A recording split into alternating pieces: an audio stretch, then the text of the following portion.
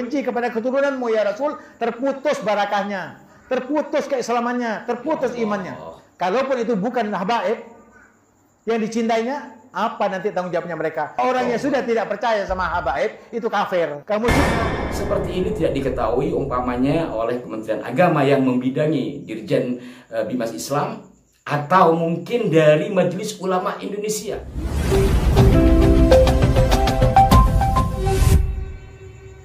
Assalamualaikum warahmatullahi wabarakatuh. Salam jumpa, salam sejahtera untuk Anda semua. Salam persaudaraan dari kami Aras Brand Channel. Kembali saya menyapa Anda saudara-saudaraku. Dan tak lupa saya mengucapkan terima kasih tak terhingga atas respon positif Anda terhadap konten-konten kami, masukan yang baik. Alhamdulillah dan terima kasih. Semoga juga Anda senantiasa dalam lindungan Tuhan yang Maha Kuasa, terutama di bulan dan berkah ini. Semoga kita semua berlimpah keberkahan. Nah, dalam kesempatan kali ini, saudara-saudaraku sekalian, saya ingin berbagi cerita dengan Anda dan mohon pendapat Anda berkenaan dengan video yang baru saja saya menyimaknya, walaupun mungkin video ini sudah beredar lama. Kenapa kami sampaikan kepada Anda dan urun rembuk dengan Anda? Karena isi dari video ini adalah doktrin yang bisa saja menyesatkan umat. Kita simak bersama. dan dia mencintai dzurriyyatku melebihi cintanya kepada anak cucunya. Orang yang benci kepadamu, benci kepada keturunanmu ya Rasul, terputus barakahnya, terputus keislamannya, terputus imannya. Kalaupun itu bukan habaib yang dicintainya, apa nanti tanggung jawabnya mereka? Orang yang sudah tidak percaya sama habaib itu kafir. Kamu cinta kepada Habib, bukan Habib tambah bangga. Kamu menghinakan Habib, Habib tidak kerdil. Tidak percaya sama Habib, bukan manusia. Jadi Habib dicintai sampai darah daging, darah kita, darah sampai akhir zaman. Cintai Habib kalau selamat. Bahkan orang yang cinta sama Habib itu pasti masuk surga. Coba itu.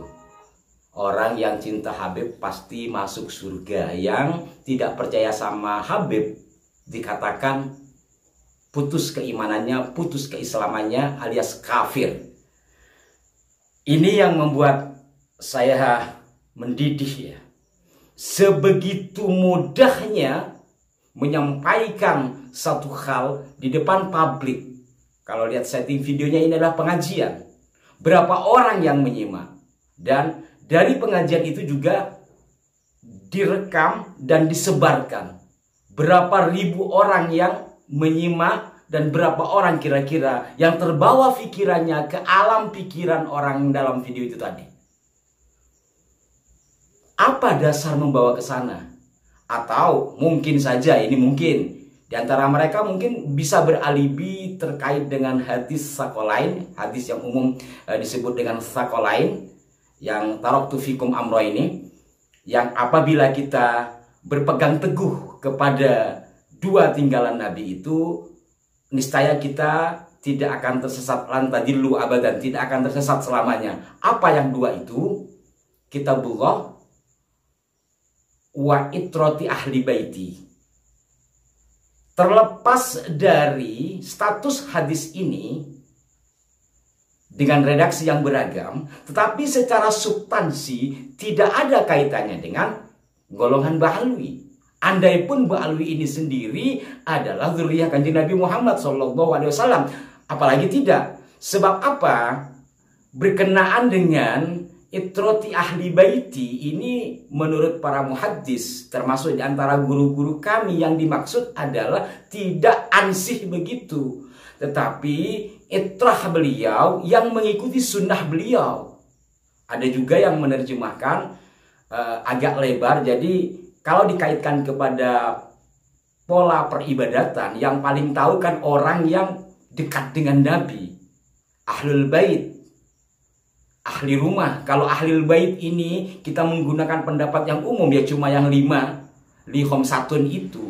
Artinya kalau kita menggunakan pemahaman ahlul bait itu lihomsatun, jadi 4 orang kecuali yang Nabi gitu ya. Kalau dengan Nabi jadi 5, itu adalah keluarga Nabi yang sangat dekat dan mengetahui bagaimana Nabi beribadah. Kalau ini dikaitkan kepada tata cara peribadatan. Nabi sholat kayak apa? Nabi puasa kayak apa, Nabi zikir kayak apa, otomatis yang mengetahui kan orang terdekatnya.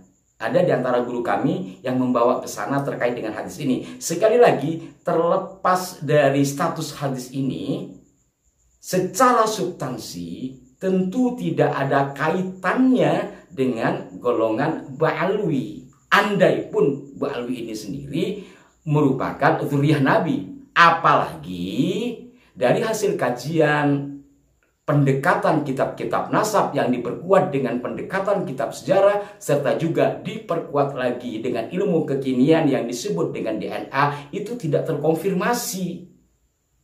Kok bisa-bisanya mengatakan seperti orang dalam video itu tadi? Ini bahaya. Suruh mencintai, ya semua kita harus saling mencintai.